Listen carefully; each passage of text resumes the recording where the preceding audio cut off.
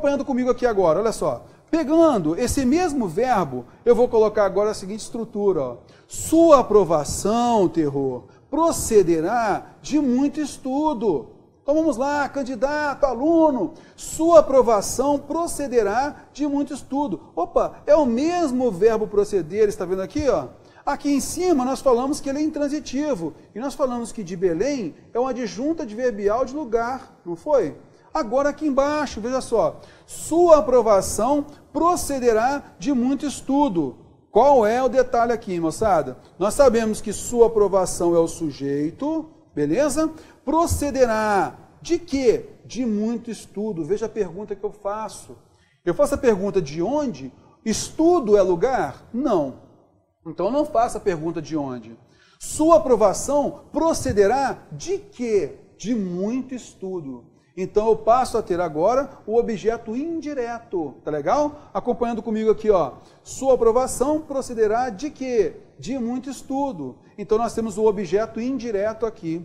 E o verbo procederá? Opa, se eu tenho sujeito e tenho o objeto indireto, só pode haver aqui verbo transitivo indireto. Tá legal? Então note o contexto. Ao mudar o contexto, nós podemos mudar também, dependendo sempre dele, nós podemos mudar também essa regência, tá legal? A transitividade do verbo tem que ficar muito ligado nisso. O que importa é que tanto a preposição de daqui quanto daqui, elas são exigências do verbo procedeu, procederá. Beleza?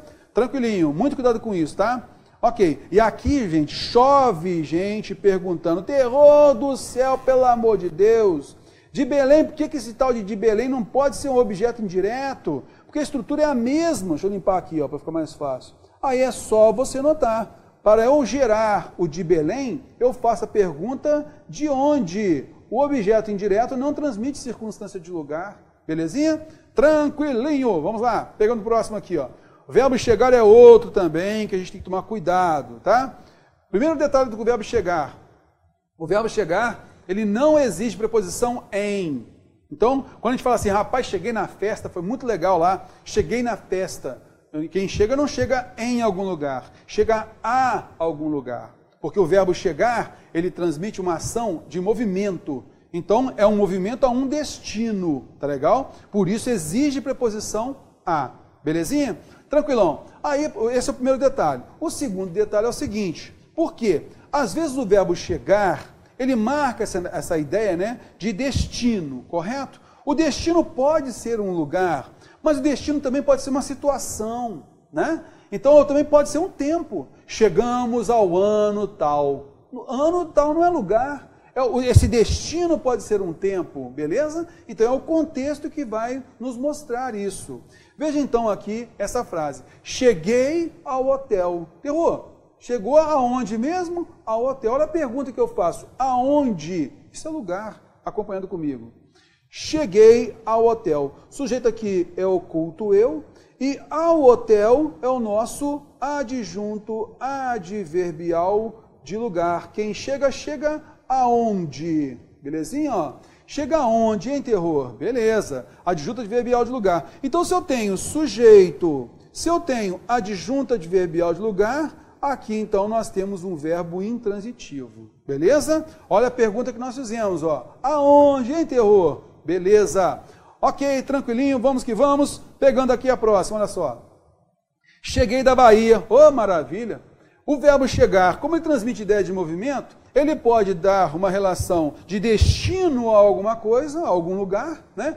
E também pode marcar a origem. Cara, cheguei da Bahia hoje mesmo, cara. Cheguei da Bahia. Então, nesse caso, olha, eu vim de onde? Eu vim da Bahia, cheguei da Bahia. Está vendo só? Então, eu estou marcando uma origem, de onde eu cheguei. Acompanhando comigo, rapaz, você chegou de onde mesmo? Olha só a pergunta, moçada, ó, tem o onde é lugar. Então eu sei que cheguei, sujeito oculto eu tenho da Bahia, que é o nosso adjunto adverbial de lugar, está vendo só? E o verbo chegar aqui, ó, é intransitivo, porque eu tenho sujeito, tenho adjunto adverbial, aqui eu tenho o verbo intransitivo, está vendo só? Belezinha, belezinha, agora a gente parte para o próximo. Olha lá, rapaz, cheguei a uma conclusão, viu? Cheguei a uma conclusão. Ah, é, Terror, você chegou a que lugar mesmo? Você chegou aonde? Não é aonde, tá? Não é um lugar, eu não cheguei a algum lugar. Conclusão não é lugar, não é? Beleza, eu cheguei a algo. Opa, você chegou a que mesmo, Terror? Veja só, não é a algum lugar. Você chegou a que mesmo?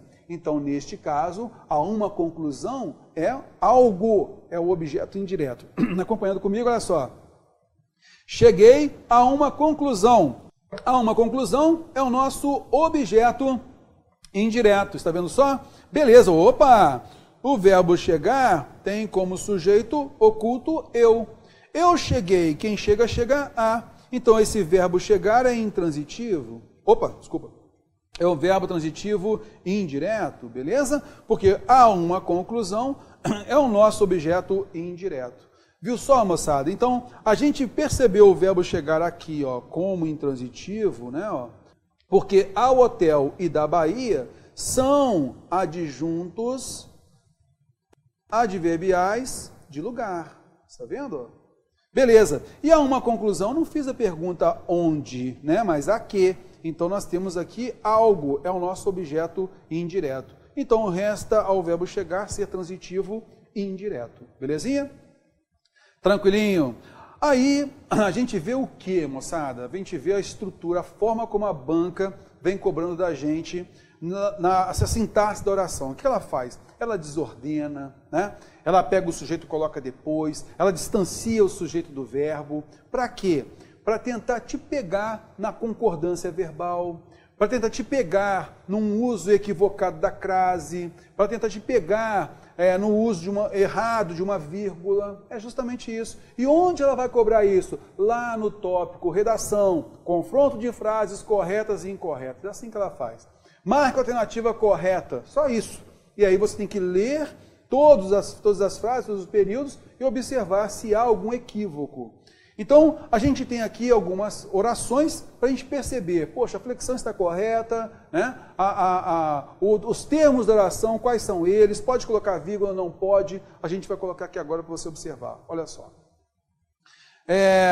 Aos deputados cabe uma conduta ética. Rapaz, o verbo caber, nossa aula de regência a gente comenta muito sobre isso. Qual é a regência do verbo caber? Então eu digo o seguinte, olha só, ele pode ser intransitivo. Cara, rapaz, o fulano, cara, ele é tão pequenininho que ele cabe numa caixa. Ah, então ele, sujeito, cabe verbo intransitivo numa caixa adjunta adverbial de lugar. Beleza? Só que o verbo caber, ele pode também ser transitivo e indireto. Nessa noção de ter cabimento a alguma coisa, beleza? Aí, moçada, o que acontece? É algo que tem cabimento, não é a pessoa que cabe, mas é algo que tem cabimento, beleza? Então, nesse caso, a gente vai observar o quê? Uma conduta ética é esperada, né? Tem cabimento. Uma conduta ética é esperada dos deputados, cabe aos deputados. Então, note que aqui nós temos uma preposição. Por quê? O verbo caber é transitivo e indireto. Houve apenas uma desordenação, né, dos termos. Por quê? É uma conduta ética o nosso sujeito e aos deputados o nosso objeto indireto. Não são os deputados que cabem, mas a conduta deles cabe. Está vendo só? Então, o verbo caber, ele pode ser um verbo intransitivo ou transitivo indireto. Tá? Nesse contexto aí. Então eu posso falar, isso cabe sim, isso cabe, legal. Ah, isso cabe a vocês. Então nesse caso a gente nota. O verbo caber cai muito na prova justamente porque a nossa forma de falar, né, a nossa linguagem natural e também a nossa parte de escrita, a gente quando vai colocar o verbo caber, normalmente a gente joga o sujeito para depois do verbo. Isso é normal. E aí é que muita gente acaba se ferrando, né? Por quê? A pessoa, às vezes, coloca assim, ó, vou falar aqui, ó, cabem aos deputados realizar tal coisa. Cabem aos deputados uma conduta ética. Cabem aos deputados. Ô, Thelma, por que você colocou cabem no plural? Errado. Só porque aos deputados está no plural? Não pode. Aos deputados é objeto indireto. Então, uma conduta ética caber aos deputados. E é assim que a Fundação Carlos Chagas cobra, a gente tem que tomar muito cuidado, beleza? Acompanhando comigo, olha só. É a forma que a gente viu aqui, ó. O verbo caber, tá vendo, ó? Ele concorda com uma conduta ética. Uma conduta ética cabe aos deputados. Terror, pode colocar uma vírgula aqui para ficar mais enfático? Não, de maneira alguma.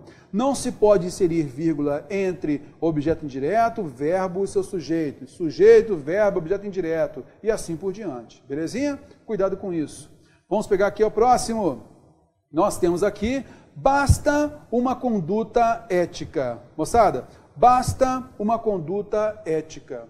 Nesse caso, a gente não fala que eu basto algo. Fala. Rapaz, eu basto alguma coisa. Não. Eu digo sempre que algo basta. Então o verbo bastar, ele pode ser um verbo, assim como o verbo caber, ele pode ser um verbo intransitivo e ele pode ser um verbo transitivo indireto. Basta-me essa situação. Essa situação basta a mim. Tá vendo só? Ou simplesmente basta isso. Quer dizer, isso basta, para aí.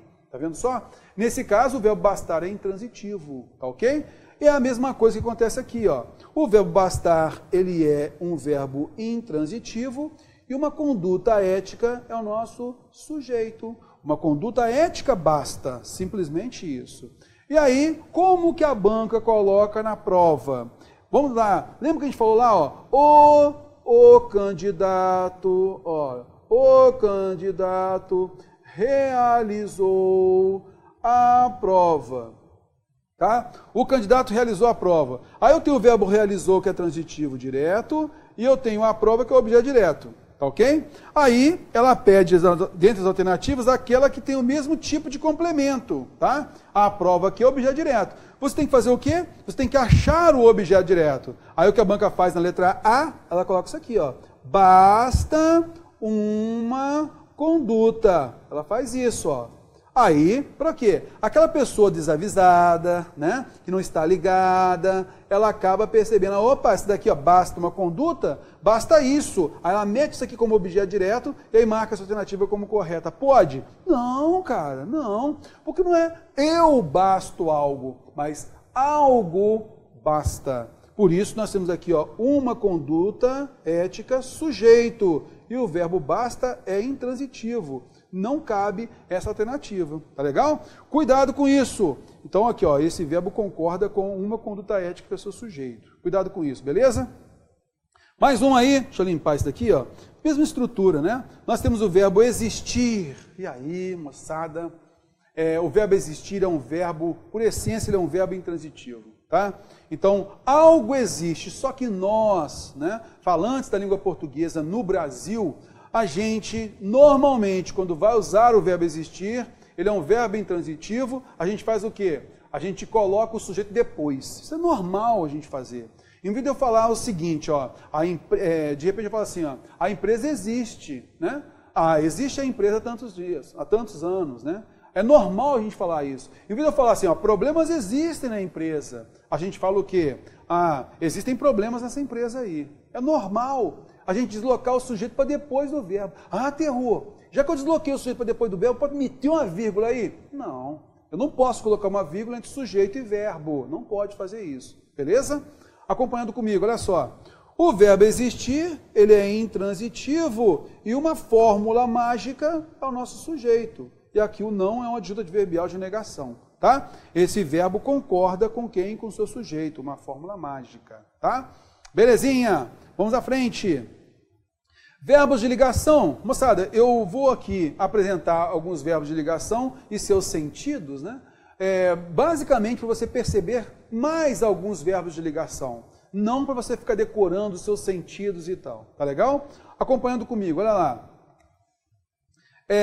O verbo ser normalmente transmite esse valor permanente, o valor de estado permanente. Olha só, a vida é dura, a vida é assim, por essência a vida é dura, difícil, né? Então eu quero mostrar esse estado permanente, a vida é assim, tá ok? É normal ela ser assim, beleza, é algo regular. Veja só, este trabalho é dignificante. Então é um estado permanente, é justamente o verbo ser, né, marcando aí a ideia de conceito. Quando eu quero fazer um conceito, eu uso esse estado permanente, tá legal? Belezinha.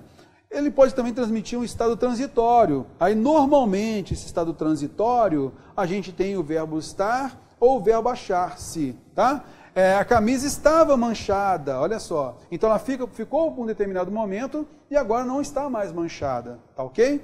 Olha a próxima. José acha-se acamado. Ele não vai ficar ali para sempre, não é um estado permanente, né? Tomara a Deus. E aí, acha-se é um verbo de ligação com o estado transitório. José acha-se acamado hoje, mas daqui a pouco ele vai ficar melhor, vai melhorar e tal, beleza? Acompanhando comigo, olha só. E com isso a gente vai apresentando esses verbos de ligação, né? Estado aparente, então é normal, né? Já que é o estado aparente, a gente colocar o verbo ser, ou o verbo parecer, tá? Os alunos pareciam cansados, veja só, quando eu uso, olha a intenção comunicativa. Se eu falo assim, os alunos estão cansados, eu estou mostrando, estou declarando essa situação. Mas se isso essa informação pode comprometer alguma coisa, então eu não quero dar certeza, eu posso colocar esse estado aparente. Rapaz, as crianças parecem cansadas, tem que tomar cuidado. Olha só a intenção comunicativa neste caso, beleza? Acompanhando comigo, veja bem, os alunos pareciam cansados. Eu não tenho certeza se eles realmente estavam cansados, né? A amiga parecia aflita, também não tenho certeza. É um estado aparente, é uma opinião, tá legal? Na parte discursiva a gente fala muito sobre isso, né? Quando você vai colocar certeza ou não. Neste contexto você nota esse cuidado, né? De a gente não afirmar algo que a gente não tem certeza, belezinha? Tranquilinho, vamos lá, pegando o próximo aqui, ó. Estado de continuidade. Então, nesse caso, nós temos aqui, normalmente com os verbos ficar, continuar, persistir, permanecer. Pelo próprio valor do verbo, o garoto permanecia triste. Qual é a inferência que nós fazemos disso?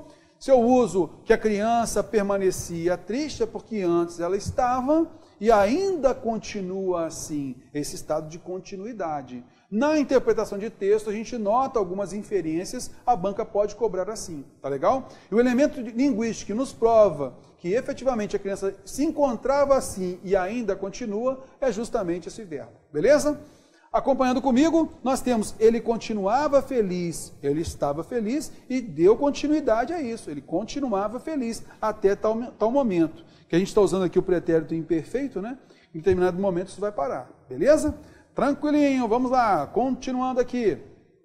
Mudança de estado, né? Então eu falei lá que o João tornou-se presidente, lembra? Então é o verbo ficar, virar, tornar-se, acabar. Pablo tornou-se presidente. Ele não era, passou a ser agora. Então esse verbo tornar-se recebeu, nesse caso, né, a parte integrante do verbo, é uma parte integrante do verbo, assim como aconteceu aqui com o achar-se, tá? Puxa uma setinha para esse, puxa uma setinha para esse e coloca aí, ó, parte integrante do verbo, beleza? Ele não tem função sintática, só serviu mesmo para mudar a transitividade do verbo. Ana virou atriz. Olha só, terror. Ana virou atriz, ela pegou a atriz e virou de cabeça para baixo? Não.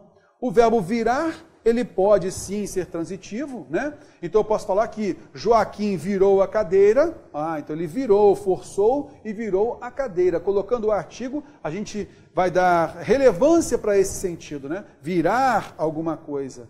Aí, nesse caso, eu tenho um predicado verbal, eu tenho um verbo transitivo direto e meu objeto direto. Mas eu falei o quê? Que a Ana não virou a atriz, né? Ela não pegou a atriz e virou de frente para ela. Não foi isso. Ana virou a atriz, tornou-se atriz. Está vendo só? Acompanhando comigo, nós temos então aqui a mudança de estado. Belezinha? Vamos à frente. Para a gente entrar num assunto muito importante, tá? A gente vai trabalhar aqui esse período, essa oração. Por que nós temos aqui uma oração? Porque nós temos o verbo tem. Belezinha? Ok. E você sabe muito bem que o verbo ter é transitivo direto, tem sujeito e seu objeto direto. Belezinha? Tranquilinho. O que eu quero chamar a sua atenção aqui?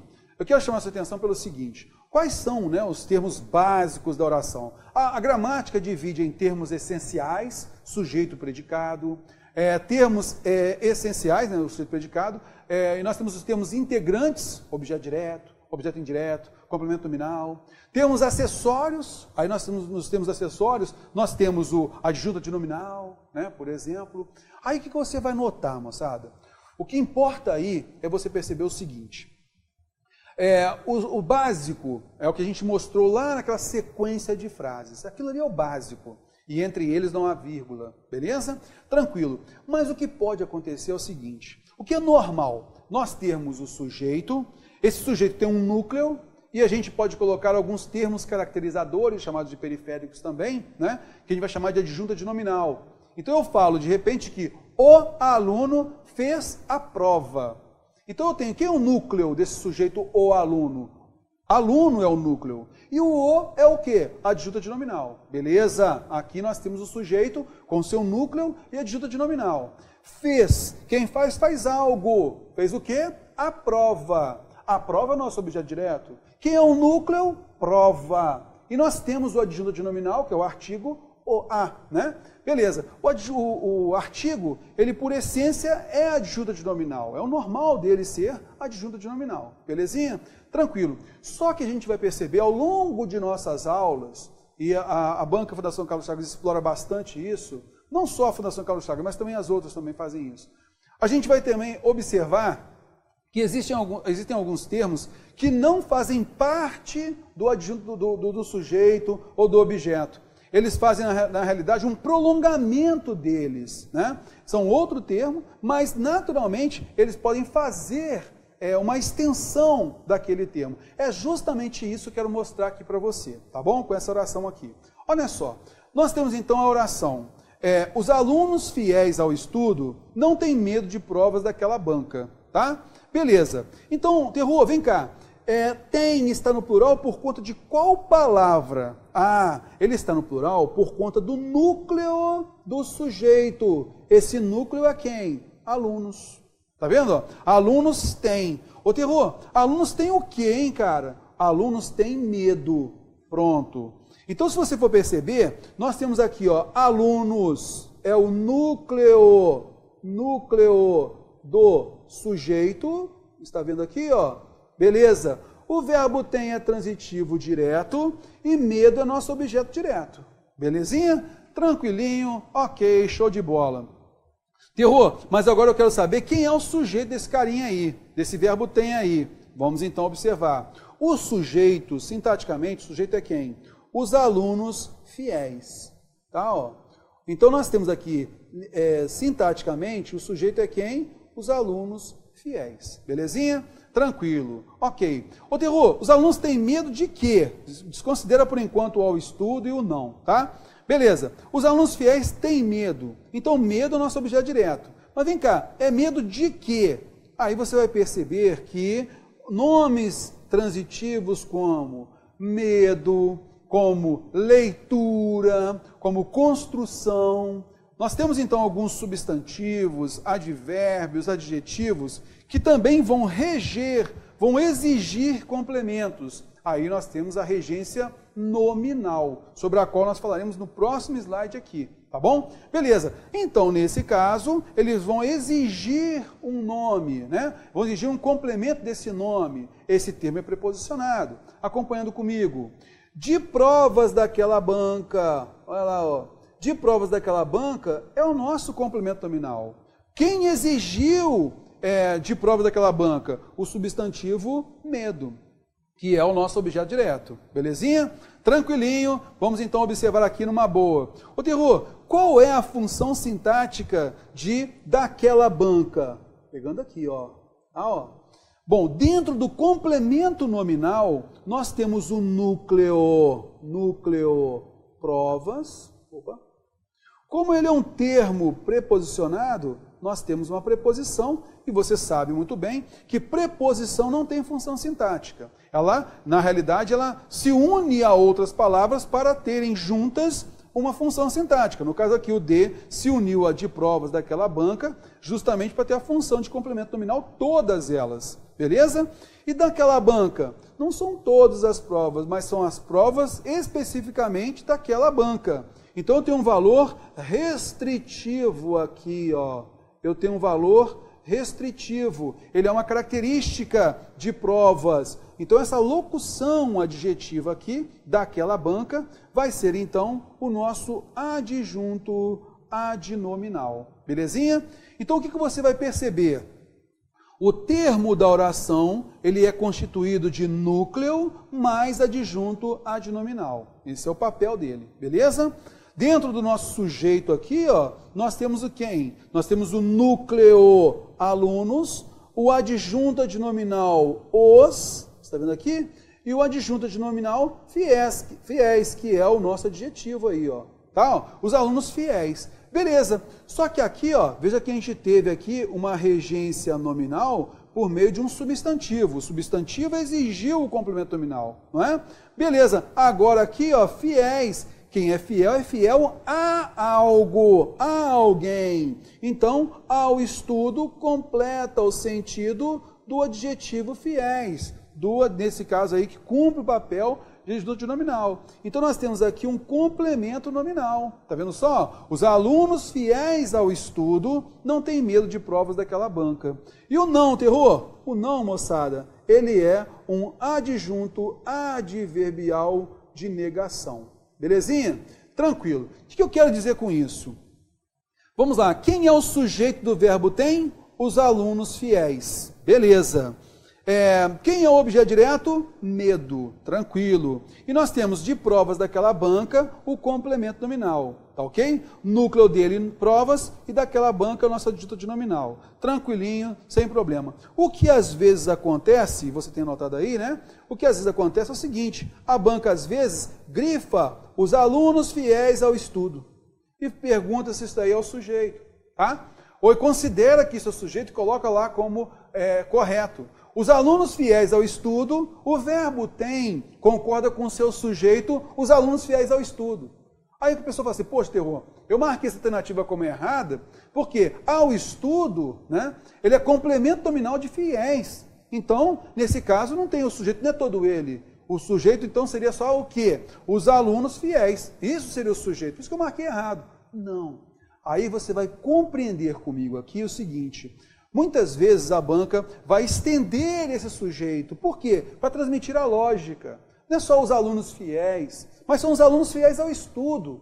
Então esse complemento nominal, apesar de ser um termo integrante, ele está compondo, ajudando a compor o sujeito. Então a gente não vai dizer que o complemento nominal ele está dentro do sujeito, como acontece com o adjunto nominal, mas ele é uma extensão do sujeito. Aí sim fica de acordo. Ele é uma extensão desse sujeito aqui. Tá legal? Belezinha, por isso eu estou falando isso, porque muita gente deixa de marcar a alternativa correta por conta disso, né? Ele aprofunda na análise e acaba errando. Então esse complemento nominal, ele é simplesmente uma extensão do sujeito.